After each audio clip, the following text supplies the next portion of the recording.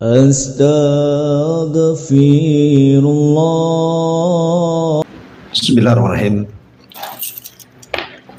Assalamualaikum warahmatullahi wabarakatuh. Alhamdulillah wassalatu wassalamu ala rasulillah wa ala alihi wa sahbihi wa mawalah wa la hawla wa la quwata illa billahi wa ba'd. Alhamdulillah, di malam hari ini kita kembali bisa melanjutkan kajian kita,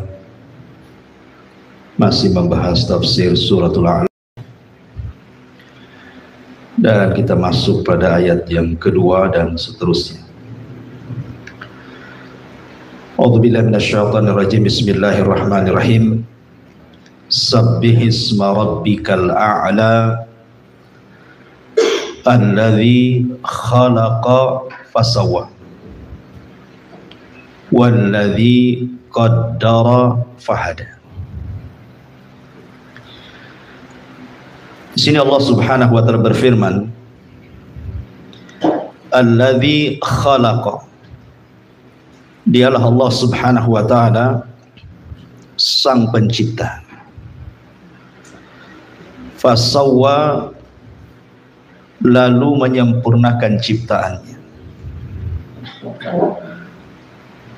Kemudian Allah mengatakan walladzi qaddara fahada, maka dia pun mentakdirkan seluruh ciptaannya, fahada, dan memberikan petunjuk kepada setiap penciptaan. Di sini Allah mengatakan alladzi khalaqa, dialah zat yang menciptakan. Nanti kita akan panjang lebar dalam satu kalimat ini, karena ini penting untuk dipahami tentang kalimat al-khaliq. Jadi Allah Subhanahu wa taala menciptakan segala sesuatu, termasuk kita manusia. Dan ayat yang pertama kali turun kepada Rasul adalah menjelaskan tentang persoalan ini. Iqra bismi rabbikal ladzi khalaq. Khalaqal insana min 'alaq. Ya Muhammad, bacalah. Iqra, dengan menyebut nama Rabb. Alladzi khalaq, yang menciptakan segala sesuatu, dan juga khalaqal insan, menciptakan manusia. Jadi kalimat khalaq ada dua di sini. Khalaq yang pertama mutlak, artinya segala sesuatu, tidak ada yang tercipta kecuali Allah yang menciptakannya. Kemudian khalaq yang kedua muqayyad, karena mengkhususkan kepada penciptaan manusia. Khalaqal insana min 'alaq. Ketika Allah Subhanahu wa taala menciptakan makhluknya, anggap saja manusia, maka Allah Subhanahu wa taala sawwah, menyempurnakan ciptaannya. Dalam ayat yang lain, fasawwaka fa'adalak, beliau Allah Subhanahu wa taala menyempurnakan ciptaannya dan menyeimbangkannya. Ahli tafsir mengatakan bahwa yang dimaksud sawwa di sini artinya Allah Subhanahu wa taala menciptakan makhluk ini fi ahsani taqwim, dalam kondisi sebaik-baik penciptaan. Manusia yang pertama kali diciptakanlah Adam alaihi salatu wassalam. Dan Allah katakan laqad khalaqnal insana fi ahsani taqwim. Artinya Adam itu makhluk yang paling indah yang Allah ciptakan. Dan ini bantahan kepada teori Darwin yang mengatakan bahwa asal muasal manusia itu dari kera. Bagaimana dari kera, sementara Allah Subhanahu wa taala ketika memasukkan kita, kalau Allah takdirkan kita masuk surga, maka Allah akan membentuk seluruh turunan Adam seperti Adam. Kenapa Allah Subhanahu wa taala ciptakan kita kelak di sorga seperti bentuk Adam? Karena Allah ingin ikram, memuliakan Bani Adam. Tidak mungkin orang masuk sorga dalam bentuk kera kan? Karena sorga itu tempat yang mulia. Masa kera bisa masuk sorga? Makanya Allah Subhanahu wa taala bentuk lagi seperti bapak kita. Semua manusia, laki-lakinya perempuannya, tingginya 60 hasta, lebarnya 7 hasta, dan ketampanannya persis seperti Adam alaihi salatu wassalam. Baru dimasukkan ke dalam surga. Ini menunjukkan kemuliaan manusia dan bantahan kepada teori Darwin. Kemudian Allah mengatakan, alladzi qaddar, dialah yang mentakdirkan semua makhluknya, termasuk manusia. Allah takdirkan rizkinya, Allah takdirkan umurnya, Allah takdirkan bahagia, celakanya, dan begitu seterusnya. Kemudian hada, Allah berikan petunjuk bagaimana cara dia hidup, bagaimana cara dia buat rumah, bagaimana cara dia makan, bagaimana cara dia menjaga kesehatan, bagaimana cara dia mencari pekerjaan, dan begitu seterusnya. Bukan hanya manusia, bahkan binatang juga sama, diberikan insting untuk hidup sesuai dengan kemaslahatan mereka. Itu secara global tafsir daripada ayat kedua dan ketiga.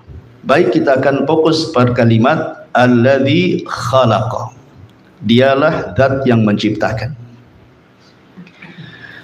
Di antara nama-nama Allah Subhanahu wa taala adalah Al-Khaliq, Sang Pencipta.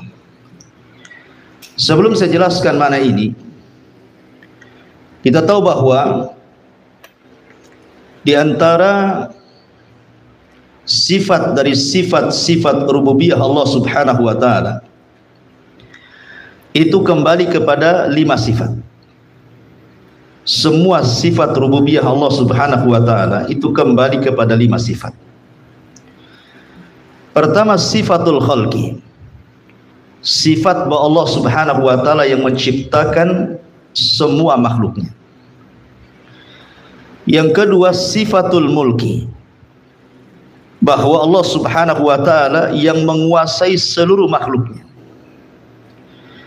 Kemudian yang ketiga, sifatut tadbir, bahwa Allah Subhanahu wa taala yang mengatur semua makhluknya. Kemudian yang keempat, sifatul ihya, bahwa Allah Subhanahu wa taala yang menghidupkan seluruh makhluknya. Dan yang terakhir, sifatul imatati wal ba'thi wan nusyur, bahwa Allah lah yang kelak akan mematikan, menghancurkan, membangkitkan, dan mengumpulkan. Dari sinilah maka tidak bisa dikatakan Rabb, tidak bisa dikatakan Tuhan yang layak disembah kalau tidak disifati dengan sifat 5 ini.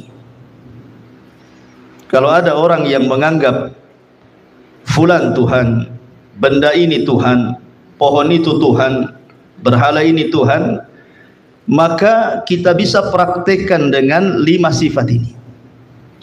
Apakah Tuhan yang dianggap Tuhan itu menciptakan? Apakah Tuhan yang dianggap Tuhan itu menguasai alam semesta? Apakah Tuhan yang dianggap Tuhan itu mengatur alam semesta? Apakah Tuhan yang dianggap Tuhan itu menghidupkan seluruh alam semesta? Apakah Tuhan yang dianggap Tuhan itu mampu menghancurkan semua makhluk di alam semesta? Kalau tidak, maka dia bukan Tuhan. Itu kesimpulannya. Ya. Di dalam Al-Quranul Karim, Allah Subhanahu wa taala menyebut kata Al-Khaliq itu 11 kali dengan sighah mufrad, tunggal, atau dengan sighah tafdil, dengan bentuk berlebihan, ataupun dengan sighah jama', Al-Khaliqun. Tetapi semuanya berjumlah 11 kali di dalam Al-Quranul Karim. Ma'asyiral muslimin yang dimuliakan Allah Subhanahu wa taala, ingin saya katakan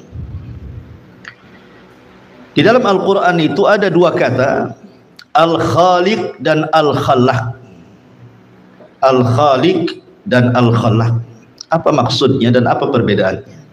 Secara makna sama, pencipta.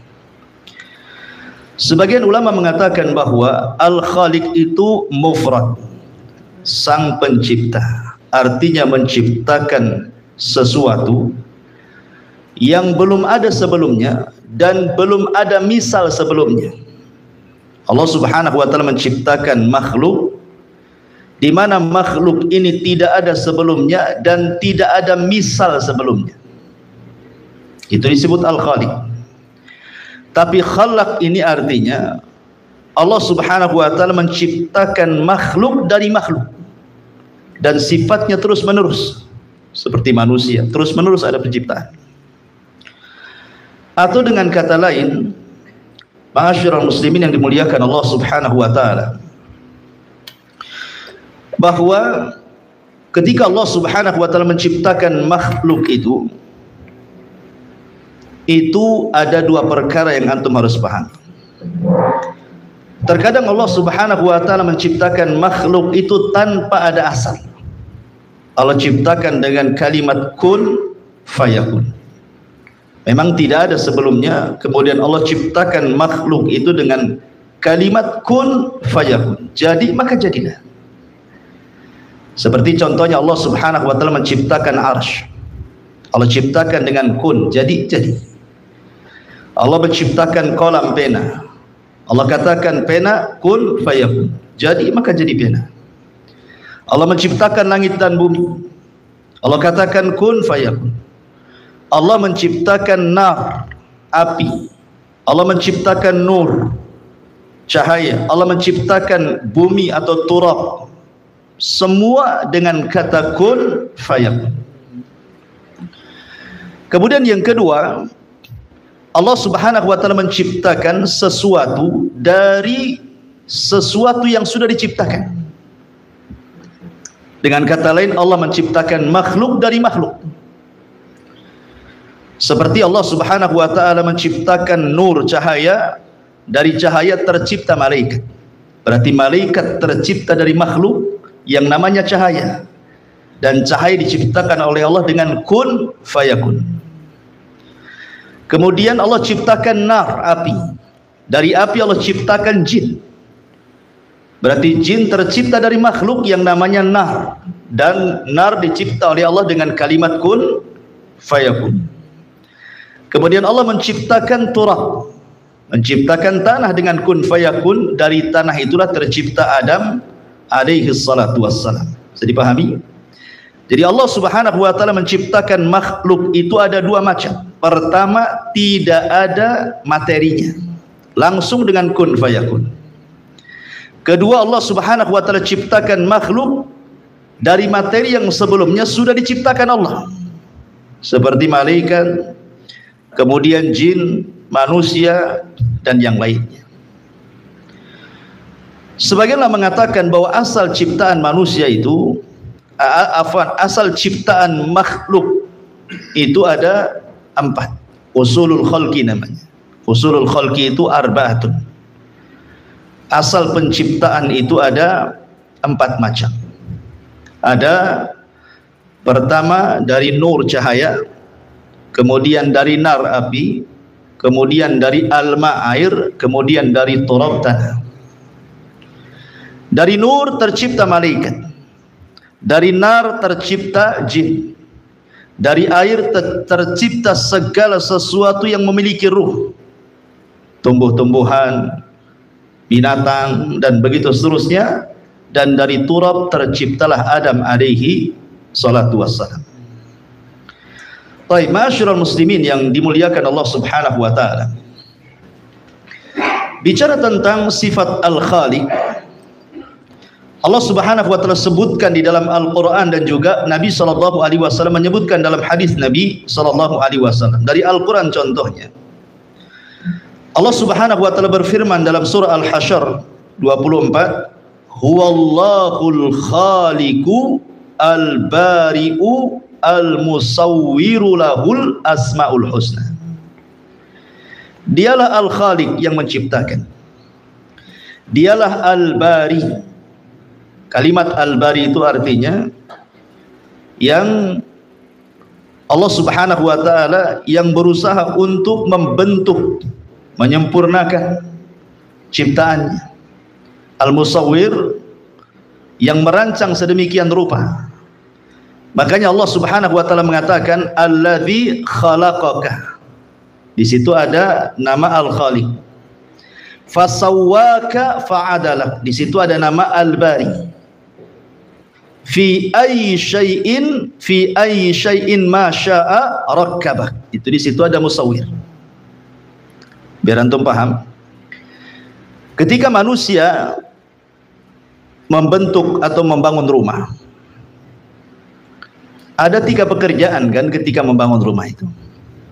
Pertama, ada gambar dulu yang disebut dengan muhandis dalam bahasa Arab, bahasa kitanya insinyur. Insinyur digambar dulu rumahnya kayak apa, kemudian dihitung habisnya berapa, batanya berapa, pasirnya berapa, besinya berapa, kan itu. Sebelum bangun rumah itu kan dihitung dulu. Yang kedua, baru kita datangkan tukang-tukangnya untuk membangun pondasinya, membangun tiangnya, membangun tembok sampai ke atap. Kemudian yang ketiga baru kemudian menyempurnakan. Ya, menyempurnakan dengan keindahannya, catnya warna begini, dan itu ya, interiornya harus begini. Itu semua rumah seperti itu. Tentu walillah matsalul a'la. Bagi Allah Subhanahu wa taala tentu permisalan yang lebih tinggi dibandingkan makhluk ketika membangun rumah. Nah, ketika Allah Subhanahu wa taala menciptakan makhluk juga dalam 3 proses. Pertama Al-Khaliq, yang kedua Al-Bari, yang ketiga Al-Musawwir. Al-Khaliq, Allah Subhanahu wa taala menciptakan dulu. Alladzi khalaqaka, dia ciptakan. Kemudian setelah itu fasawwaka fa'adalak. Allah sempurnakan, Allah seimbangkan, itu disebut Al-Bari namanya. Dalam ismu Allah itu namanya Al-Bari. Kemudian fi ayyi syai'in ma syaa rakkabak. Sesuai dengan kehendak Allah, seperti apa yang Allah kehendaki. Maka Allah indahkan ciptaannya, itu disebut musawwir namanya.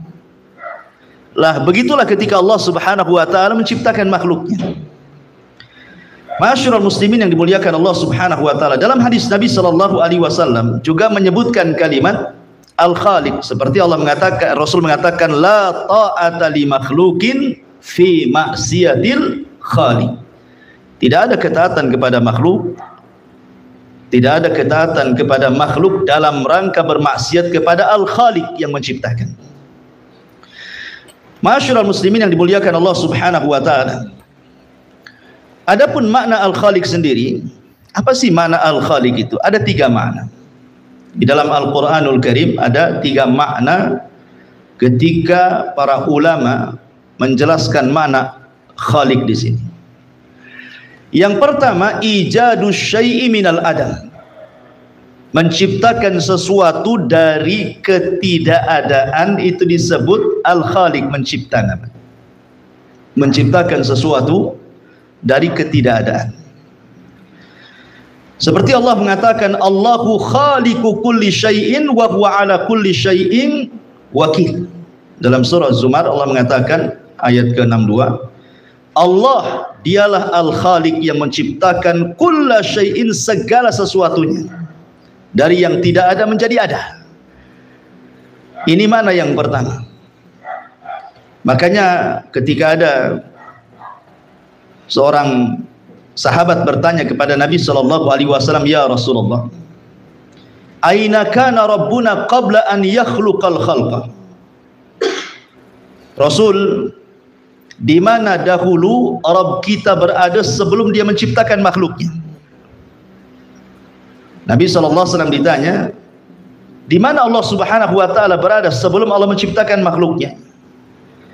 Maka Rasul mengatakan kana fi ama ma fawqahu hawa wa ma tahtahu hawa thumma khalaqa arsyahu 'alal ma. Dia berada di ama, di kegelapan. Tidak ada di atas dan di bawahnya udara, kemudian dia menciptakan arasy-Nya. Artinya ketika ditanya, ada dalam riwayat yang lain bahwa Allah subhanahu wa ta'ala tidak bersama siapapun. Jawabannya, dari sini kita pahami bahwa sebelum Allah subhanahu wa ta'ala menciptakan makhluknya, maka tidak ada satupun bersama Allah, melainkan dia tunggal. Dari sini kita pahami bahwa segala sesuatu selain daripada Allah subhanahu wa ta'ala ada makhluk, karena sebelumnya Allah tunggal. Kalau ada kemudian yang lainnya beserta Allah subhanahu wa ta'ala, berarti itu semua adalah makhluk, karena Allah subhanahu wa ta'ala tidak pernah bersyirikan. Dia tunggal, kemudian dia menciptakan makhluknya. Qul huwallahu ahad Allahus samad. Dialah tunggal dan semua makhluk bergantung kepada Allah subhanahu wa ta'ala. Dan perlu diingat bahwa selain daripada Allah subhanahu wa ta'ala tidak bisa menciptakan. Makanya ketika Allah subhanahu wa ta'ala menyinggung berhala-berhala yang disembah orang-orang Quraisy, apa kata Allah? Ya ayyuhan nas, dzuriba mathalun fastami'ulah. Wahai manusia, Allah hendak membuat permisalan kepada kalian, dengarkan, perhatikan. Innal ladzina tad'una min dunillah la yakhluqu dzubaban. Sesembahan selain daripada Allah subhanahu wa ta'ala, mereka tidak akan sanggup menciptakan walaupun seekor lalat. Seekor lalat pun tidak bisa mereka ciptakan. Walau ijtama'ulah, walaupun seluruh sesembahan satu dunia berkumpul, kemudian katakan ciptakan oleh kalian lalat, sungguh mereka tidak mampu untuk menciptakan lalat. Bagaimana langit dan bumi? Lalat saja tidak bisa diciptakan. Makanya kemudian Allah subhanahu wa ta'ala mengatakan, wa iyaslubuhumud dzubab syai'an la yastanqidhuhu minhu dha'ufat talib wal matlub. Jangan lagi menciptakan lalat. Seandainya ada sesajen diletakkan di berhala, kemudian lalat mencuri satu makanan, mungkin kalau bahasa kita satu butir beras, satu butir nasi, kemudian lalat itu memakannya, maka berhala-berhala tidak sanggup untuk mengembalikan makanannya. Dari sini Allah katakan dha'ufat talib wal matlub. Sungguh lemah orang yang menyembah berhala dan berhalanya juga lemah. Dua-duanya lemah. Ya. Ma'asyiral muslimin yang dimuliakan Allah Azza wa Jalla. Maka dialah satu-satunya pencipta dan tidak ada yang menciptakan selain Allah. Makanya kita lihat ada sahabat di zaman Rasul namanya Adi ibn Hatim. Zubair ibn Mut'im radhiyallahu anhu. Zubair ibn Mut'im. Dia datang dari Mekah untuk membunuh Nabi. Karena kerabatnya banyak yang mati di perang Badar. Dendam dia. Akhirnya kemudian dia datang ke Madinah dengan sembunyi-sembunyi. Ketika sudah dekat Masjid Nabawi, masjid di zaman itu kan gelap. Dia bisa sembunyi di mana saja. Ketika ada kesempatan dia menghunus pedangnya ketika Rasul menjadi imam salat, ketika itu salat maghrib, maka dia mendengar apa yang dibacakan Nabi sallallahu alaihi wasallam. Apa yang dibacakan Nabi, surah Thaha. Ketika Nabi sallallahu alaihi wasallam sampai kepada ayat am khuliqu min ghairi syai'in am humul khaliqun am khalaqus samawati wal arda la yuqinun. Kata Allah, am khuliqu, apakah mereka berhala-berhala itu khuliqu, diciptakan, min ghairi syai'in, dari sesuatu. Apakah ada asal usulnya berhala itu? Am humul khaliqun, ataukah mereka ujug-ujug ada, tiba-tiba sudah ada saja berhalanya? Tentu harus dijawab ini. Ya. Am khuliqu min ghairi syai'in, apakah berhala yang disembah itu tercipta dari sesuatu? Apakah ujug-ujug ada, tiba-tiba ada? Am khalaqu, pertanyaan ketiganya, am khalaqus samawati wal ardh, apakah berhala-berhala itu yang menciptakan langit dan bumi? Lihat ujung ayatnya, balla yuqinun, orang musyrik sendiri tidak yakin dengan itu. Mereka nggak yakin, sebab tiga-tiganya nggak ada. Ya.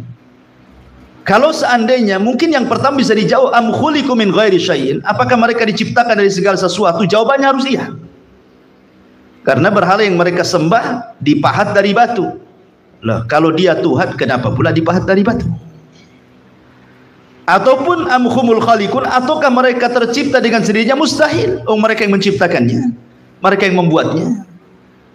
Kalau mereka yang membuatnya, berarti tidak mungkin mereka mampu menciptakan langit dan bumi. Oh, kondisi mereka sendiri tercipta oleh manusia. Dari situlah Zubair bin Mut'im kemudian menyarungkan pedangnya lagi. Dia berpikir, oh benar juga, selama ini saya menyembah Tuhan yang salah. Akhirnya hilanglah dendamnya. Kemudian ada keinginan masuk Islam. Selesai sholat, dia datang kepada Rasul, bersyahadat, asyhadu an la ilaha illallah wa asyhadu annaka Rasulullah. Masuk Islam dia. Ya. Ma'asyiral muslimin yang dimuliakan Allah Subhanahu wa taala, ini makna yang pertama. Makna yang kedua, al-khaliq itu artinya at-tahyi'atu wat-taqdir wat-tashkil. Jadi Allah merancang, membentuk dengan sedemikian rupa. Makanya Allah mengatakan dalam surah Al-Mu'minun ayat 14, fatabarakallahu ahsanal khaliqin. Fatabarakallah ahsanal khaliqin. Kalimat ahsanal khaliqin, sebaik-baik ciptaan, karena Allah membentuk sedemikian rupa. Allah membentuk sedemikian rupa, makanya manusia ini tidak tercipta begitu saja. Ada prosesnya. Mulai dari segumpal mani, Allah ciptakan mani. Kemudian 40 hari berganti menjadi segumpal darah, ciptaan lain lagi. Dari mani ke darah, Allah ciptakan lagi yang namanya gumpalan darah. Kemudian setelah 40 hari Allah bentuk tuh, dibalut dengan tulang, dibalut dengan daging, jadilah dia janin 4 bulan, ya kan? Berarti atuah, nggak ujug-ujug jadi kan? Dari mani dulu, segumpal darah, baru daging dibalut tulang, dibalut daging, baru ditiupkan roh. Setelah lahir kemudian Allah Subhanahu wa taala ciptakan lain. Allah kasih dia ciptakan sebaik-baik mungkin. Diberi rambut yang indah, warna kulit, kan itu. Dan begitu seterusnya. Jadi Allah Subhanahu wa taala ketika menciptakan manusia itu bukan sekali ciptaan. Nanti kita akan bahas tentang orang-orang yang menyerupai ciptaan Allah, seperti para pelukis itu atau para pemahat itu. Bagaimana hukumnya? Itu ada 4 hukumnya. Ya, ulama ada 4 hukumnya. Bisa jatuh kepada syirik, kufur, ya kan? Bisa jatuh kepada dosa besar, fasik. Bisa jatuh kepada hal-hal yang diharamkan atau mungkin dibolehkan. Ya. Nanti kita akan pembahasannya nanti. Baik, ma'asyiral muslimin yang dimuliakan Allah Azza wa Jalla. Kemudian makna yang ketiga, makna al-khaliq adalah al-kadhib, dusta. Tapi tentu yang ketiga tidak bisa disematkan kepada Allah. Seperti Allah Subhanahu wa taala mengatakan, inna hadza illa khuluqul awwalin. Sungguhnya ini adalah kedustaan orang-orang dulu. Khuluq, khaliq gitu ya. Taib. Tasmiyatu ghairillah bismil khaliq. Memberi nama kepada selain Allah dengan nama Khaliq. Ketika antum membuat rumah, bukankah antum menciptakan rumah? Secara bahasa tidak masalah. Ana akhluqu bait. Saya menciptakan rumah secara bahasa. Tapi secara istilah tidak boleh. Karena secara istilah itu menciptakan sesuatu yang tidak ada atau yang tidak ada misalnya. Dan itu hak mutlak milik Allah. Manusia itu hanya bisa merangkai, bukan menciptakan. Karena rumah itu bahan bakunya sudah lebih dahulu diciptakan Allah. Pasirnya siapa yang menciptakan? Allah. Jadi dari pasir ini jadilah batu bata. Ya kan? Semen juga sama. Kemudian airnya, kemudian segala sesuatu. Ya. Bahan-bahannya itu sudah ada. Kita ini hanya merangkai, bukan mencipta. Sekali lagi, kita hanya merangkai, bukan mencipta. Karena bahan-bahannya sudah Allah Subhanahu wa taala ciptakan. Makanya kalau secara bahasa tidak masalah. Tapi kalau secara istilah, maka tidak boleh. Karena secara istilah tidak ada yang menciptakan kecuali Allah Subhanahu wa taala. Ma'asyiral muslimin yang dimuliakan Allah Subhanahu wa taala. Dan ketika Allah Subhanahu wa taala menciptakan makhluknya, ingat, Allah Subhanahu wa taala tidak seperti makhluk, tidak seperti kita. Kita ini membuat sesuatu itu pasti ada lelahnya, ada capeknya, ya kan? Lihatlah tukang-tukang bangunan itu. Mereka tidak tahan, ngelembur saja besoknya sudah pingsan. Ada batas kemampuan manusia itu membuat sesuatu pasti ada lelahnya. Tapi Allah Subhanahu wa taala tidak pernah disentuh dengan kelelahan.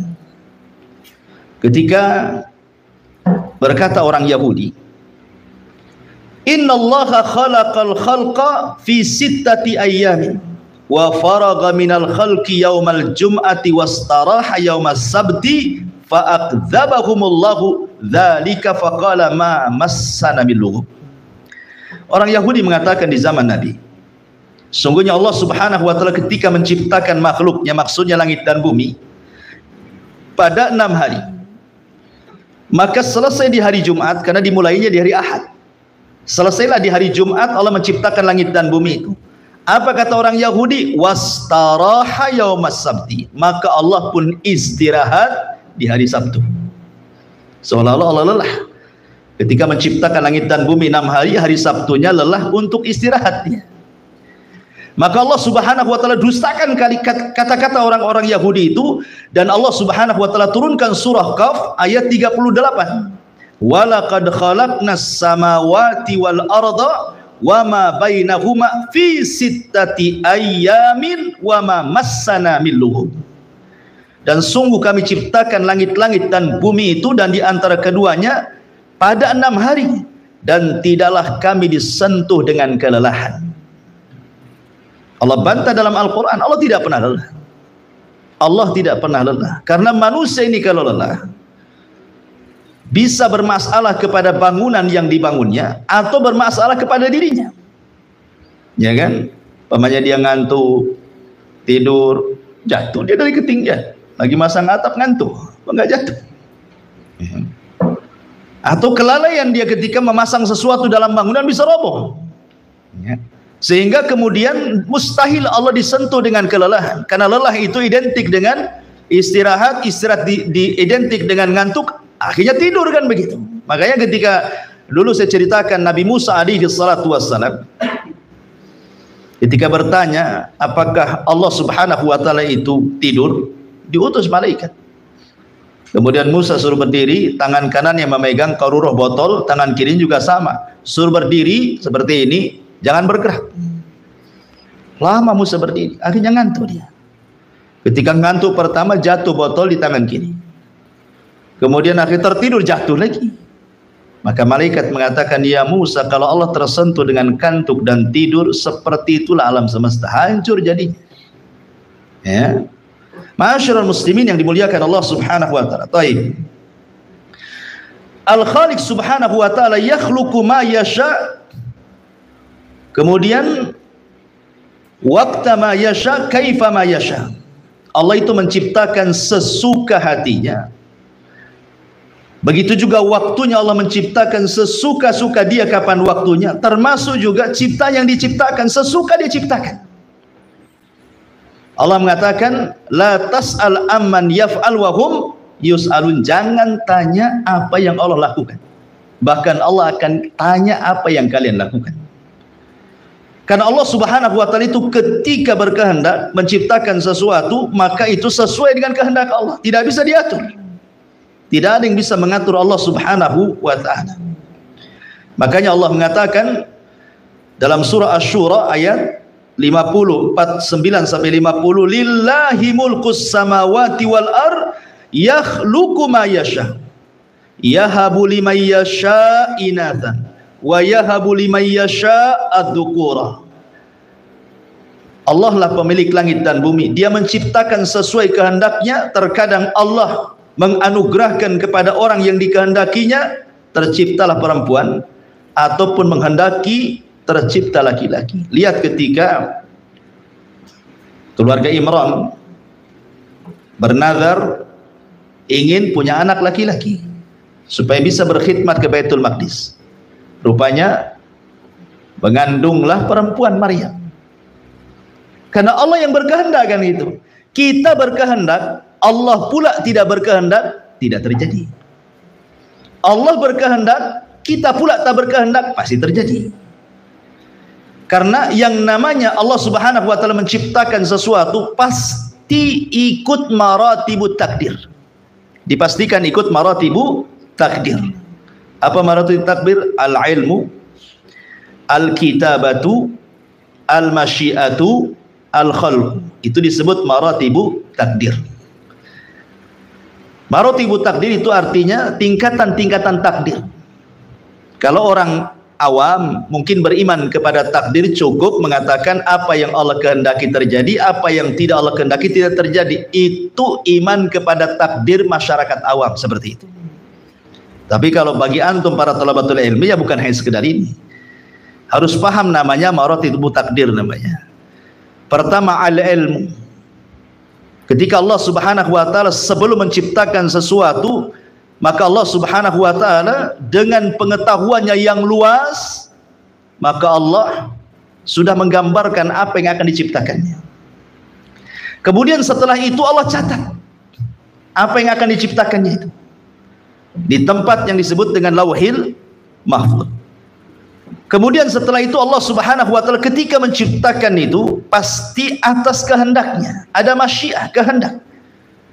Ya, suka-suka Allah menciptakan manusia, menciptakan ini, menciptakan itu.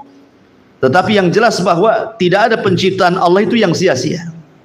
Baru setelah itu Allah ciptakan. Kan itu ya. Ada ilmunya dulu, ada catatannya dulu, ada kehendaknya dulu, baru terciptalah makhluk. Jadi al-khaliq itu tidak lepas daripada maratibut takdir tadi.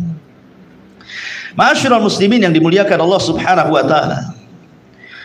Lah Allah Subhanahu wa taala juga ketika menciptakan makhluk ini beragam ciptaannya. Ada yang besar sekali seperti arasy, kan itu ya. Besar sekali. Bahkan ketika Nabi SAW menggambarkan betapa besarnya arasy Allah Subhanahu wa taala, Allah membandingkan penciptaan bumi dengan langit, kemudian penciptaan langit bumi dengan kursi, kemudian penciptaan kursi langit dan bumi dengan arasy. Kata Nabi SAW, perbandingan bumi dengan langit itu seperti cincin dilempar ke padang pasir. Cincin itu bumi, padang pasir itu langitnya. Apabila digabung langit dengan bumi dengan kursi Allah, sama dengan cincin dilempar ke padang pasir. Cincin itu langit buminya, kursi itulah padang pasirnya.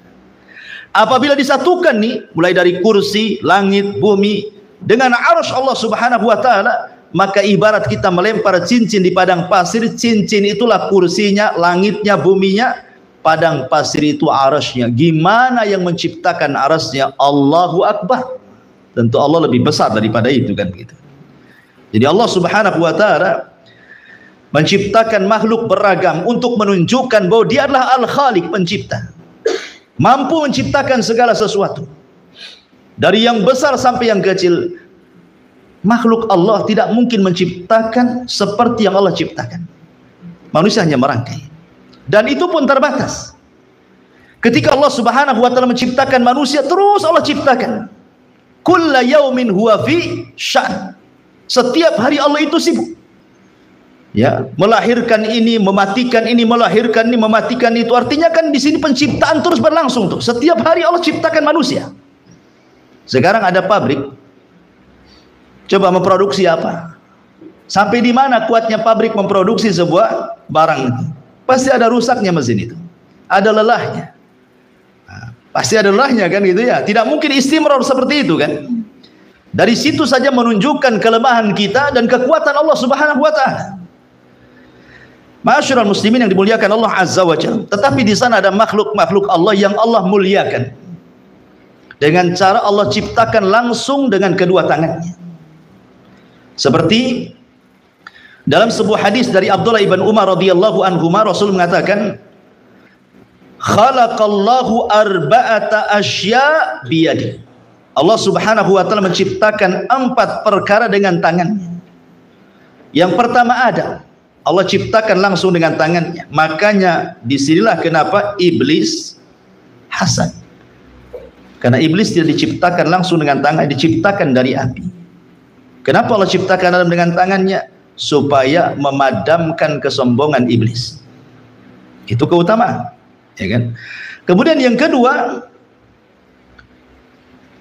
wal arsh Dan Allah ciptakan arsy dengan tangannya, wal qalam, dan juga pena, kemudian wa jannatu adn, dan surga Aden. 4 perkara ini Allah Subhanahu wa taala ciptakan langsung dengan tangannya. Ada yang mengatakan yang lainnya termasuk juga alwah. Alwah itu maksudnya Taurat, kitab Taurat. Karena Allah mengatakan dalam surah Al-A'raf ayat 145, wa katabna lahu fil alwah, dan kami catat, ya. Maksudnya Allah sendiri yang mencatat dengan tangannya. Di mana? Di alwah, ya, di papan gitu ya. Min kulli syai'in. Jadi ada yang mengatakan bahwa papan Taurat termasuk yang diciptakan oleh tangan Allah Subhanahu wa taala. Itu keistimewaan. Tapi ma'asyiral muslimin yang dimuliakan Allah Subhanahu wa taala, sedikit kita memahami tentang apa sih asar atau pengaruh ketika kita beriman dengan Ismullah, nama Allah yang disebut dengan Al-Khaliq itu. Tentu nama-nama Allah Subhanahu wa taala itu ada pengaruhnya. Nama-nama Allah itu ada pengaruh kepada kita orang yang beriman. Dan kita harus senantiasa mengingat Allah. Makanya lihat bagaimana Allah Subhanahu wa taala buat kita mengingat Allah mulai dari tidur sampai bangun tidur. Kita disuruh menyebut nama Allah. Sebelum tidur apa doanya? Bismikallahumma amutu wa ahya. Bismikallahumma amutu wa ahya. Dengan menyebut nama Allah, kan itu. Aku mati dan aku hidup. Menunjukkan bahwa sebelum tidur kita menyebut nama Allah. Bangun tidur juga sama. Alhamdulillahilladzi ba'dama amatana wa ilaihi nusyur. Lihat bagaimana Allah menyuruh kita untuk ingat selalu dengan Dia, baik sebelum tidur atau sesudah tidur. Menunjukkan jangan sampai kita berlepas dengan Allah Subhanahu wa taala. Lah nama Al-Khaliq itu ada asar dalam keimanan. Ada pengaruh dalam keimanan apabila kita paham makna daripada kalimat Al-Khaliq itu. Di antaranya adalah kalimat Al-Khaliq itu yastalzimul iman biwahdaniyatihi subhanahu. Mengharuskan kita beriman dengan keesaan Allah Subhanahu wa taala. Kenapa? Karena di alam semesta ini tidak ada zat yang mampu menciptakan seperti yang Allah lakukan. Makanya Allah mengatakan ayusyrikuna ma la yakhluqu syai'an wa hum yukhlaqun. Apakah kalian hendak menyekutukan zat yang mereka tidak bisa menciptakan, bahkan mereka yang diciptakan? Di sini tumbuh tauhid bahwa hanya Allah lah satu-satunya zat pencipta.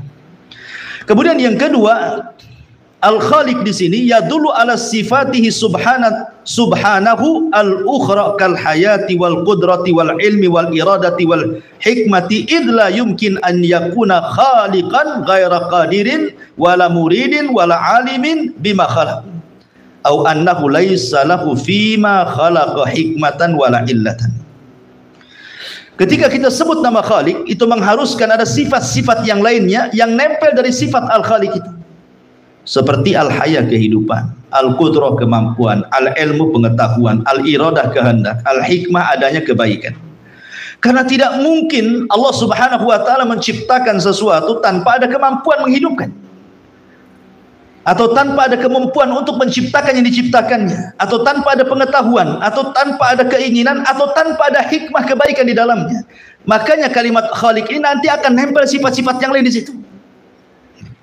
Kemudian juga diantaranya juga Al-Khaliq di situ yastalzimul iman bihikmatihi subhanah min hadzal khalqi wa annahu qaimun alal haq wa annahu subhanah munazzahun anil abathi wal lahwi. Ketika Allah Subhanahu wa taala disebut Al-Khaliq, maka Allah Subhanahu wa taala menciptakan itu karena hikmahnya. Segala sesuatu yang Allah ciptakan ada hikmah di balik penciptaannya. Alima man alimah, jahila man jahila. Ada yang orang tahu yang hikmahnya, ada yang tidak paham. Tapi yakinlah bahwa Allah Subhanahu wa taala menciptakan segala sesuatu, tidak ada yang main-main. Tidak ada penciptaan yang Allah ciptakan itu al-abath wal lahu, tidak ada. Allah menciptakan bukan main-main. Ya, makanya Allah mengatakan dalam surah Al-Mu'minun 115 dan 116, afahasibtum annama khalaqnakum abatha wa annakum ilaina la turja'un. Bagaimana Allah katakan, apakah kalian mengira ketika kami menciptakan kalian, kami ciptakan kalian main-main dan kalian tidak akan dikembalikan kepada kami? Tidak, kalian diciptakan bukan untuk main-main. Makanya kita lihat ketika Allah Subhanahu wa taala menyebut kalimat syukur dalam Al-Qur'an, la in syakartum la azidannakum. Kalau kalian syukur kepadaku, ku tambah nikmat kalian. Dan nikmat Allah itu tidak ada yang bisa menghitungnya. Wa in ta'uddu nikmatallah la tuhsuha. Kalau kalian hendak menghitung nikmat Allah, kalian tidak sanggup menghitung. Sekarang alat apa coba yang bisa menghitung nikmat Allah? Komputer. Sebelum habis menghitungnya sudah rusak komputernya. Karena wa fi anfusikum afala tubsirun, di badan kita saja nikmat Allah banyak, apalagi di luar sana. Ya, nikmat Allah itu begitu banyak di luar sana. Dan tidak ada yang sia-sia ciptaan Allah Subhanahu wa taala, semua menjadi kebaikan bagi manusia. Semua alam semesta ini menjadi kebaikan bagi manusia, pemandangannya, keindahannya, nikmat-nikmatnya gitu kan. Dan yang paling besar daripada itu adalah diutusnya seorang utusan dari kalangan manusia sendiri. Allah tidak mengutus malaikat, Allah tidak mengutus jin, tapi Allah mengutus manusia sebagai rasul dari kalangan manusia supaya memudahkan untuk berdakwah. Dan itu nikmat Allah yang paling besar. Jadi kita tidak diciptakan sia-sia, bahkan diutus nabi lagi, diutus rasul lagi untuk memberikan hidayah bagaimana cara menyembah Allah Subhanahu wa taala. Kemudian juga kalimat Al-Khaliq itu yurithul mahabbah al-kamilah, mewariskan adanya cinta yang sempurna. Kenapa? Karena Allah itu ketika menciptakan kita bukan hanya menciptakan saja. Makanya dulu saya jelaskan kepada antum tentang 5 nikmat yang Allah Azza wa Jalla karuniakan kepada kita. Siapa yang ingat? Dimulai daripada al-ijad, kemudian al-i'dad, kemudian al-imdad, kemudian al-irsyad, kemudian al-is'ad. Inilah 5 kenikmatan. Pertama ijad, Allah ciptakan kita. Kemudian i'dad, Allah sediakan fasilitasnya. Kemudian imdad, Allah perbanyak kebutuhannya. Kemudian al-irsyad, Allah berikan insting kepada manusia. Ini bisa dimakan, ini tidak. Ini bisa dijadikan obat, ini tidak. Ini bisa ditempati, ini tidak. Allah berikan irsyad. Kemudian terakhir Allah berikan kebahagiaan. Lah dengan fasilitas Allah itu Allah hanya minta satu, supaya kita bersyukur dengan cara apa? Jangan menyembah kecuali kepada Allah. Wa ma khalaqtul jinna wal insa illa liya'budun. Makna liya'budun kata Ibnu Katsir illa liwahiduni, agar mereka mentauhidkan aku dengan ibadahnya itu. Ya. Baik. Kemudian juga ketika kita bicara tentang Al-Khaliq, maka Al-Khaliq artinya yastalzim qabula syar'ihi, menerima semua syariat yang Allah turunkan, termasuk berhukum dengan Allah, redha dengan hukumnya, tidak boleh mengganti selain daripada hukum Allah Subhanahu wa ta'ala. Karena Allah mengatakan ala ya'lam man khalaqa wa huwal latiful khabir. Tidakkah mereka tahu siapa yang menciptakan mereka? Berarti kalau tahu Allah yang menciptakan, berarti semua makhluk harus ikut aturan Allah. Allah sudah menurunkan nabi, rasul, dibuat aturan bagi manusia. Kenapa demikian? Kenapa kita harus mengikuti aturan Allah dan syariatnya? Karena Allah yang menciptakan kita, Allah yang paling tahu maslahat kita. Adapun aturan-aturan yang dibentuk oleh manusia, undang-undang dibuat manusia, tidak semua membuat maslahat. Kenapa? Karena mereka tidak paham kehendak kita manusia. Tapi Allah yang menciptakan kita paham maslahat kita. Makanya dibuat undang-undang untuk kemaslahatan manusia. Betapa banyak undang-undang yang dibuat manusia merusak. Tetapi tidak ada undang-undang yang merusak dari Allah, karena Allah tahu kemaslahatan manusia. Nah, itulah hebatnya Allah Subhanahu wa ta'ala. Dari sinilah kalau kita sudah tahu la ta'ata li makhluqin fi maksiatil khaliq. Tidak ada ketaatan kepada makhluk dalam rangka bermaksiat kepada Allah Subhanahu wa ta'ala. Ma'asyiral muslimin yang dimuliakan Allah Subhanahu wa ta'ala, adapun dalil bagaimana tahu bahwa Allah adalah sang khaliq? Apa tandanya, apa alamatnya, apa dalilnya? Kalau Allah Subhanahu wa ta'ala satu-satunya sang khaliq, itu apa dalilnya? Burhannya apa? Nah, itu ya. Maka tentu secara fitrah, secara akal, secara dalil qaul, secara dalil nakal, semua terjawab. Yang pertama secara fitrah, bukti wujudnya Allah Subhanahu wa ta'ala itu tidak perlu belajar, ikhwan. Tidak perlu belajar bukti wujudnya Allah. Fitrah mengakuinya. Contoh nih, kalau antum lihat pesawat, antum kan hanya lihat pesawatnya saja, tapi antum tidak lihat pilotnya. Antum lihat pilotnya? Kan tidak. Hanya lihat pesawatnya saja kan. Tapi antum yakin bahwa pesawat itu terbang pasti ada pilotnya. Tidak mungkin terbang sendiri. Drone saja yang nggak ada pilotnya tidak mungkin terbang sendiri kecuali ada yang main ininya kan, yang memainkannya kan, remote-nya kan. Tidak mungkin tiba-tiba terbang begitu saja. Itu pesawat tuh, makhluk kecil. Bagaimana dengan alam semesta yang besar? Masa nggak ada penciptanya? Mustahil. Ya, pasti ada yang menciptakannya, ada yang mengaturnya. Mustahil tiba-tiba ujung-ujung ada, itu udah mustahil. Makanya ingat ketika saya menceritakan tentang perdebatan Abu Hanifah dengan seorang ateis, ya kan? Ketika kemudian ateis ini menantang debat Abu Hanifah, kemudian Abu Hanifah telat datang dalam perdebatan itu. Kemudian Abu Hanifah menjelaskan kenapa telatnya. Kata Abu Hanifah, kamu sudah tahu bahwa perjalananku ke tempat ini harus menyeberangi sungai, katanya. Jadi tidak bisa tergesa-gesa. Cuman masalahnya yang buat aku terlambat itu, ketika aku hendak menyeberangi sungai, kok di depan saya ada pohon. Pohon itu tumbang sendiri, terpotong-potong sendiri, terserut sendiri, tiba-tiba terangkai jadi perahu sendiri, tiba-tiba aku naik ke dalam perahu itu, tiba-tiba jalan sendiri, tiba-tiba mengantarkan aku ke tempat tujuan ini tanpa ada yang nahkodanya, tidak ada yang mengantarkan, dia jalan sendiri. Kata orang ateis ini, kadzabta, dusta kamu. Mana ada, katanya. Abu Hanifah, kalau gitu selesai debatnya.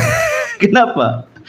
Kenapa? Kata Abu Hanifah, kalau gitu selesai debatnya. Sudah menang Abu Hanifah. Kalau dia mengatakan kadzabta, dusta, itulah jawabannya. Kalau orang ateis saja mengatakan kadzabta, dusta, ceritanya Abu Hanifah, iyalah jelas. Tidak mungkin pohon tumbang sendiri kecuali yang menumbangkannya. Tidak mungkin terpotong sendiri kecuali yang memotongnya. Tidak mungkin terserut sendiri kecuali yang menyerutnya. Tidak mungkin terangkai jadi kapal kecuali yang membuatnya. Tidak mungkin pula kapal berjalan kecuali nakodanya. Ini kapal. Dari pohon jadi kapal. Ada yang menciptakannya. Lah alam semesta masa ujung-ujung ada kan? Sudah selesai, menang saya debat. Karena dia sudah mengatakan kadzabta, dusta. Itulah jawabannya. Berarti kamu mengakui alam semesta ini ada sang Khalik pencipta. Karena mendustakan dongengannya Abu Hanifah. Ya. Kalau dia mengatakan sodakta, engkau benar, berarti adalah perdebatan di situ. Ketika dia mengatakan kadzabta, dusta, berarti dia mengingkari, berarti sesungguhnya dia meyakini alam semesta tidak mungkin tercipta kecuali ada yang menciptakan. Makanya sering saya katakan sama antum, fitrah manusia itu kullu maulud yuladu alal fitrah. Lihat orang-orang yang di hutan-hutan belantara sana, yang di hutan-hutan itu, kita lihat mereka menyembah aneh-aneh kan, menyembah pohon, menyembah akar, menyembah ular, macam-macam di hutan itu. Orang-orang yang ada di hutan primitif lah. Zaman sekarang sudah ada, nggak ada zaman dulu ya kan. Loh kenapa mereka sampai menyembah seperti itu? Karena mereka yakin ada yang menciptakan mereka. Cuman mereka salah mengambil sesembahan gitu saja. Karena tidak diutus Nabi kepada mereka. Tapi fitrah bahwa alam semesta ini ada yang disembah, maknanya ada yang menciptakan, sudah tertanam pada setiap orang itu. Cuman salah aja mereka cari sembahan kan itu ya. Karena Rasul tidak sampai. Dari situ fitrah mengakui bahwa di alam semesta ini ada sang Khalik pencipta. Itu fitrah. Fitrah manusia tidak mungkin mengingkari. Ya.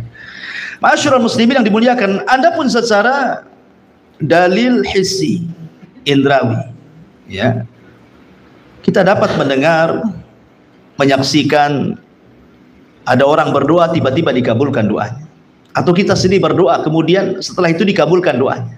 Nah, siapa yang mengabulkan doa kita? Coba, antum berdoa berarti ada sang Khalik di situ yang menciptakan, yang mengabulkan kita ini kan dengan penciptaan dia, ya, diciptakan pengabulannya. Adapun dalil akli, dalil pikiran, bukti akan Allah Subhanahu wa taala sang Khaliq, ikhwatu fillah, muliakan Allah Azza wa Jalla, bahwa tidak mungkin makhluk menciptakan dirinya sendiri, itu sudah cukup. Tidak mungkin makhluk menciptakan dirinya sendiri, pasti ada yang menciptakan. Makanya Allah mengatakan wa fi anfusikum afala tubsirun, dan dalam diri kalian itu tidakkah kau lihat? Apakah, saya tanya antum, apakah antum tercipta dengan sendiri? Tidak. Kalau dia mengatakan oh dari ibu saya tanya ibumu dari siapa? Dari bapaknya lagi. Bapaknya dari mana? Dari terus sampai kapan ujungnya kan? Ya. Paling mentok di Adam tuh. Nanti pertanyaannya gimana dengan Adam? Nah, kan, apakah Adam tiba-tiba ada kan gitu kan? Pasti ada yang menciptakannya. Ujung-ujungnya juga mentok. Ya.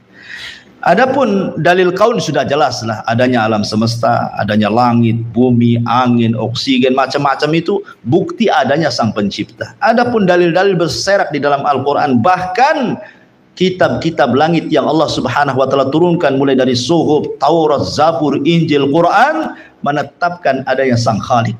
Dari sana ada pencipta, Allah Subhanahu wa taala. Semua kitab langit. Tanya sama orang Nasrani, tanya sama orang Yahudi, tanya sama orang-orang yang membaca kitab-kitab lama, apalagi kita seorang muslim membaca Al-Quran, membaca hadis Nabi sallallahu alaihi wasallam. Ma'asyiral muslimin yang dimuliakan Allah Subhanahu wa taala, intinya bahwa ketika kita mengatakan Allah Subhanahu wa taala adalah Al-Khaliq, dia adalah sang pencipta, berarti semakin besarlah keagungan kita kepada Allah Subhanahu wa taala. Karena harus ada athar sekali lagi dalam keimanan, ketika kita meyakini bahwa alam semesta tidak mungkin tercipta begitu saja, harus ada yang menciptakannya, dan ini bagian daripada rububiyatullah, rububiyah Allah. Kenapa? Karena sifat Al-Khaliq itu tidak diingkari siapapun, tidak diingkari. Mau orang musyriknya, mau orang kafirnya, mau orang yang berimannya, sifat Khaliq tidak diingkari. Mana dalilnya? Allah katakan dalam Al-Quran, ya, wala in sa'altahum man khalaqas samawati wal ar fayaquluna Allah. Apabila engkau bertanya kepada mereka orang-orang musyrik itu, siapa yang menciptakan langit dan bumi, pasti mereka akan katakan Tuhan, Allah, atau macam mana istilahnya kan, bahasa-bahasa istilah Tuhan, ya, pasti mereka akan mengatakan Tuhan. Kalau kita Allah lah kan begitu, pasti. Makanya kemudian dalam bab rububiyah tidak diingkari siapapun. Makanya orang yang kalau hanya bertauhid rububiyah ini belum memasukkan ke dalam Islam, ya. Kalau hanya meyakini Allah pencipta, Allah pengatur, Allah penguasa dan begitu seterusnya, penghidup, pemati, belum dikatakan muslim. Karena rububiyah ini diimani oleh semua agama. Ya. Antum tanya agama mana saja, siapa yang menciptakan langit dan bumi, pasti akan mengatakan Tuhan, Tuhan, Tuhan, Tuhan, kan gitu ya. Bahasa kita hanya Allah, Allah atau apa gitu ya. Makanya tauhid rububiyah tidak cukup. Harus ada tauhid yang kedua yang disebut uluhiyah. Kalau kalian sudah mengakui bahwa yang menciptakan alam semesta ini Tuhan, lah kenapa engkau tidak sembah Tuhan? Kenapa kau sembah berhala ini, berhala itu, patung ini, patung ini? Nah, dalam hati kalian tahu bahwa tidak ada yang menciptakan Allah. Makanya ketika Nabi SAW hijrah dari Mekah ke Madinah, kemudian berjumpa dengan ayahanda Imran ibn Husain, namanya Husain, ya, ayahanda Imran namanya Husain. Ya Husain, kam ta'budu ilahan fil ard? Berapa sih Tuhan yang kau sembah di bumi ini, katanya, kata Nabi. Kata Husain itu, dia mengatakan 7 berhala, katanya. Sittatun fil ardi wa wahidun fis sama. Yang 6 ada di bumi, yang 1 ada di langit, katanya. Kata si Husain nih kan. Berapa Tuhan yang kau sembah, katanya? 7. Yang 1 di langit, yang 6 di bumi, katanya. Kemudian Rasul mengatakan, seandainya kamu berdoa, kemana kau berdoa? Ke yang 6 di bumi atau yang 1 di langit? Oh, yang ke yang di langit, katanya. Kalau anakmu sakit, minta sembuh, kemana minta kesembuhan? Ke yang 6 di bumi atau ke yang 1 langit? Ya ke yang di langit, katanya. Pokoknya setiap ditanya ke yang di langit, ke yang di langit itu. Kata Nabi SAW, ya Husain, kalau begitu, kenapa kau tidak sembah yang di langit saja, kau tinggalkan yang 6? Apakah kalau seandainya kau sembah di langit, yang 6 akan demo?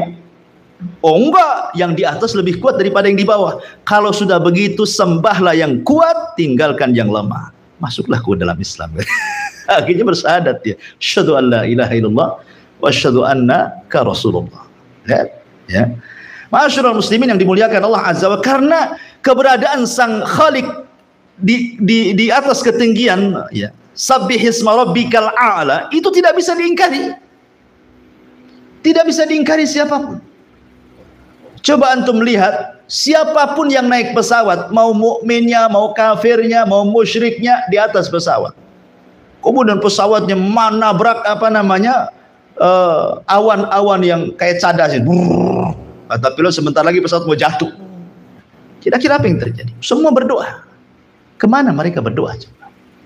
Pasti mereka akan berdoa ke yang di atas. Pasti mereka akan mengadakan ke atas semuanya. Ya Allah kan, itu dengan bahasa mereka. Karena ketinggian Allah itu fitrah, ikhwan. Ketinggian Allah itu fitrah, tidak bisa diingkari. Ya, bahwa Allah itu maha tinggi, tinggi secara zatnya dan begitu seterusnya. Ya. Makanya kenapa ketika kita sujud mengucap subhana rabbiyal a'la, maha suci Allah yang maha tinggi, kan itu ya. Ya, karena kita ini hamba, dia tinggi-tinggi. Ya. Intinya bahwa ketika kita mengimani sifat Khalik di sini juga, bahwa kita diingatkan bahwa ada kehidupan setelah kematian. Minha khalaqnakum, ya, dari tanah kami ciptakan kalian. Wa minha nu'idukum, dari tanah kami kembalikan kalian. Wa minha nukhrijukum taratan ukhra, dan dari tanah pula kalian akan dibangkitkan di hadapan Allah. Ini yang paling penting. Makanya Fudail ibn Iyad yang pernah saya katakan kepada antum, ketika berjumpa dengan seorang kakek, kam umru, berapa usia? Kata kakek ini, situna sana, usiaku 60 tahun. Kata Fudail ibn Iyad, oh kalau gitu sudah lama kau ini berjalan menuju Allah, sudah jauh harusnya kau tuh, sudah mendekati, karena sudah lama umurnya kan. Artinya kalau kamu berjalan menuju Allah tuh umur 60 tahun berarti sudah jauh tuh. Dia mengatakan la haula wala quwata illa billah, inna lillahi wa inna ilaihi rajiun. Kata kakek ini mengatakan inna lillah, kepada Allah, milik Allah lah kami dan kepada Allah lah kami kembali. Kemudian kata Fudail, tahukah kamu makna inna lillahi wa inna ilaihi rajiun? Tidak tahu, kata kakek ini, fasirlah. Nah, kalau kita tafsirkan. Maka Fudail bin Iyad mengatakan inna lillahi itu artinya kami semua hamba Allah. Wa inna ilaihi rajiun, dan akan kembali menghadap Allah. Ketika kita akan kembali menghadap Allah, maknanya kita akan mempertanggungjawabkan di hadapan Allah. Kemudian kakek ini mengatakan, bagaimana caranya aku mempertanggungjawabkan di hadapan Allah? Kata Fudail, mudah sekali. Gimana caranya? Antuhsina fi mabaki, kamu harus memperbaiki waktu yang ada ini. Maka Allah subhanahu wa ta'ala akan mengampuni dosamu yang telah kau lakukan dulu dan yang sekarang. Tapi kalau engkau tidak memperbaiki kehidupan sekarang, Allah akan mengadab kamu dari dosa yang dulu pernah kau lakukan dan dosa yang sekarang kau lakukan. Makanya Hasan Al-Basri mengatakan bahwa hari itu cuma 3 hari saja. Hari itu sebenarnya cuma 3 hari. Hari kemarin, hari besok, dan hari sekarang. Hari kemarin mustahil kembali. Besok mustahil kita dapat berjumpa. Bisa saja sebelum besok kita mati. Berarti yang mungkin itu hari yang sekarang. Ya kan? Kemarin tidak mungkin kembali. Besok belum tentu kita dapat. Ya, itulah sisanya hari. Berarti hari inilah yang kita gunakan untuk beribadah kepada Allah subhanahu wa ta'ala. Nah, itulah pentingnya ketika kita memahami makna al-Khaliq. Wallahu a'lam bishawab. Ini diantara penafsiran ayat yang kedua, alladzi khalaqaka fasawwaka fa'adalak, alladzi khalaqa fasawwa walladzi qaddara fahada. Baik, sampai di sini kita buat tanya jawab. Kalau ada yang bertanya silakan. Kalau enggak, ya ikan gabus ya, makin cepat makin bagus. Kita baik, silakan.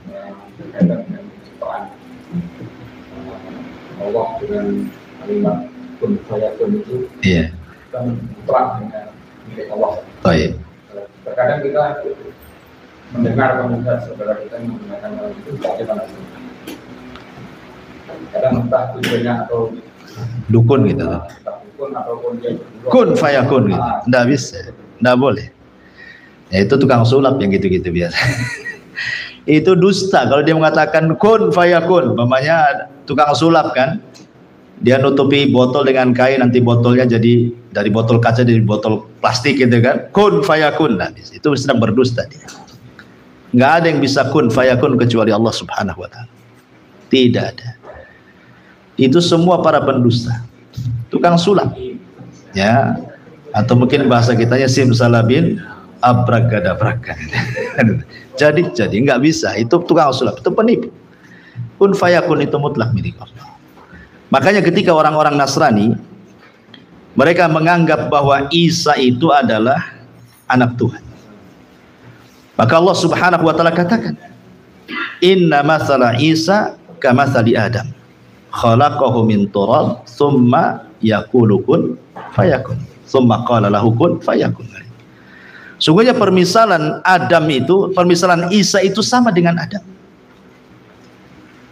Allah ciptakan dia dari tanah, kemudian Allah katakan kun fayakun. Sekarang Isa kalau kita katakan sumbernya, Isa bersumber dari Maryam. Isa bersumber dari Maryam, madahnya gitu ya. Sementara Adam bersumber dari tanah. Mana yang lebih utama, tanah ataukah Maryam? Sementara Maryam sendiri kalau asal usulnya nanti ke tanah juga. Nah itu ya. Kenapa kalian tidak menuhankan Adam, malah menuhankan Isa? Padahal penciptaan Adam sama dengan Isa, bahkan lebih. Kenapa? Karena Adam tanpa ayah dan bapa, Hawa tanpa ada ibu, Isa tanpa ada bapa, dan antum semua ada bapa ada ibu, ya kan? Artinya bahwa ini penciptaan ini juga termasuk dalam pembahasan kita, bahwa Allah Subhanahu wa Ta'ala mampu menciptakan makhluk tanpa ayah dan ibu. Allah mampu menciptakan makhluk tanpa ibu Hawa. Allah menciptakan makhluk mampu tanpa bapak seperti Isa. Dan Allah mampu menciptakan kalian semua dengan adanya ayah dan bapak. Dan ini kan ala kulli syai'in qadir namanya. Allah itu atas segala sesuatu mampu. Yang dianggap mustahil bagi kita, Allah itu mampu menciptakannya. Apa yang tidak mampu bagi Allah? Semua Allah mampu menciptakannya. Ya, jadi itu juga bantahan kepada mereka orang-orang Nasrani. Wallahu a'lam. Ya. Allah kan menciptakan makhluk semuanya sempurna. Bagaimana dengan yang terlahir dalam keadaan yang kalau kita lihat tidak sempurna? Cacat. Ya. Allah Subhanahu wa Ta'ala menciptakan sesuai dengan kehendaknya. Secacat-cacat apapun manusia, tetap itu ciptaan Allah, dan itu lebih sempurna dibandingkan makhluk yang lainnya. Walaupun dia cacat, ya, lebih sempurna. Ya, tadi saya katakan bahwa kenapa demikian? Karena Allah Subhanahu wa Ta'ala menciptakan makhluk itu tidak ada yang bisa menirunya. Seperti Allah Subhanahu wa Ta'ala, saya bahas tadi lupa ya, tentang tidak boleh meniru ciptaan Allah Subhanahu wa Ta'ala. Saya di mukadimah saya katakan ada 4 pembahasan. Ya. Pembahasan yang pertama, barang siapa yang meniru ciptaan Allah dalam rangka untuk disembah, maka ini syirik dan kufur. Contoh, ketika Nuh alaihi salatu wassalam diutus, maka Nuh dihadapkan kepada kesyirikan pertama yang terjadi, di mana kaumnya menyembah patung-patung orang-orang soleh, Wud, Yaghus, Ya'uq, Suwa, Nasr. Kan itu ya. Ini orang-orang soleh di zaman Nuh. Ketika mereka mati sebelum diutus nih, mereka semua orang-orang soleh, banyak pengikutnya. Tiba-tiba mati semua. Maka syaitan datang membisikkan kepada kaum Nuh untuk membuat patung. Ya, kenapa kalian tidak membuat patung Wud, Yaghus, Ya'uq, Nasr?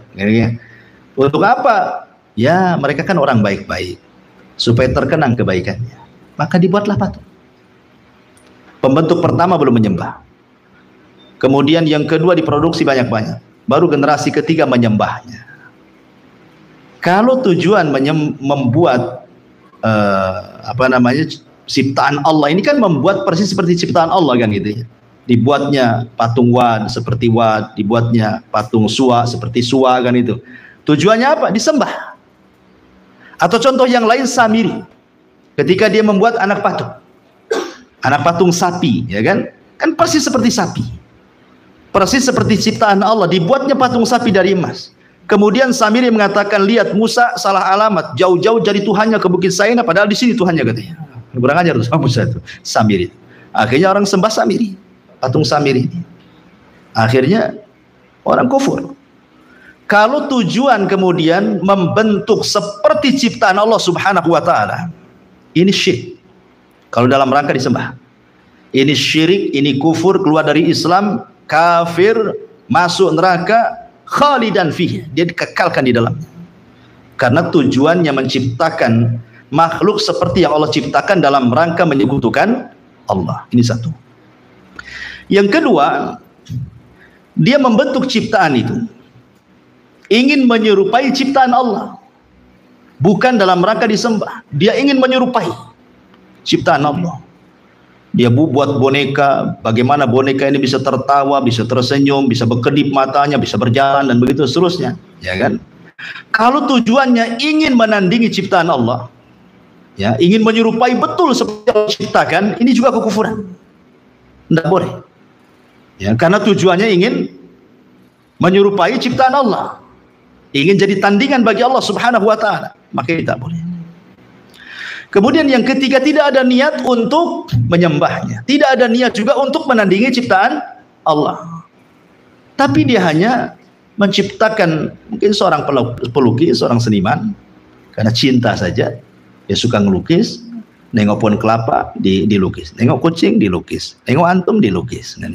Karena orang kadang suka, ya kan, seniman-seniman itu kan. Ya. Maka berlaku tentang hadis Nabi SAW, maka siapapun yang menggambar seperti gambar yang seperti makhluk Allah Subhanahu wa taala yang bernyawa, maka nanti pada hari kiamat dia disuruh untuk menghidupkan. Nah, hidupkan tuh apa yang sudah kau lukis itu, dan dia tidak akan sanggup. Makanya sekeras-kerasnya azab pada hari kiamat itu musawwir. Orang yang tukang gambar. Maksud gambar di sini adalah dzatul arwah, gambar-gambar yang ada ruhnya di situ. Kemudian yang keempat, tapi kalau yang digambar selain daripada dzatul arwah, nggak masalah, ya, gambar gunung, gambar ini, pokoknya nggak ada arwah-ruhnya, tidak ada masalah. Nah, kemudian ada polemik yang lainnya, gitu ya. Ada dikecualikan kalau seandainya seperti mainan anak-anak. Kalau itu sifatnya dihinakan supaya membolehkan. Boneka gitu, dihinakan tuh bukan diagungkan. Dihinakan, kadang diinjak, kadang ditiduri, kadang jadikan guling, kadang dilempar-lempar, itu kan dihinakan sifatnya. Maka sebenarnya mengatakan tidak ada masalah kalau itu dalam rangka dihinakan, bukan dipajang, bukan diagungkan. Ya. Dan walaupun sebagian ulama ada yang mengatakan tidak boleh keras gitu ya, kecuali kalau tidak dalam bentuk kepala, karena Rasul mengatakan as-suratu fir ra'si, bahwa gambar itu ada di kepala. Makanya kalau membuat gambar sesuatu, maka dirusaklah kepalanya, entah dicoret matanya atau apa gitu kan. Kan buku-buku kan ada yang bergambar tuh, coret-coret itu saja. Ya. Makanya kalau kita melihat dunia ruqyah, orang yang meruqyah itu, di antara syarat-syaratnya orang yang diruqyah itu rumahnya jangan ada gambar-gambar, supaya ruqyahnya manjur gitu ya. Karena itu kadang-kadang ditempati tempat syaitan di situ. Terus suruh buang gambar-gambar itu kalau ketika diruqyah itu. Ya tanyalah sama peruqyah itu. Ya tapi kalau gambar-gambar yang lain selain daripada dzatul arwah tidak ada masalah.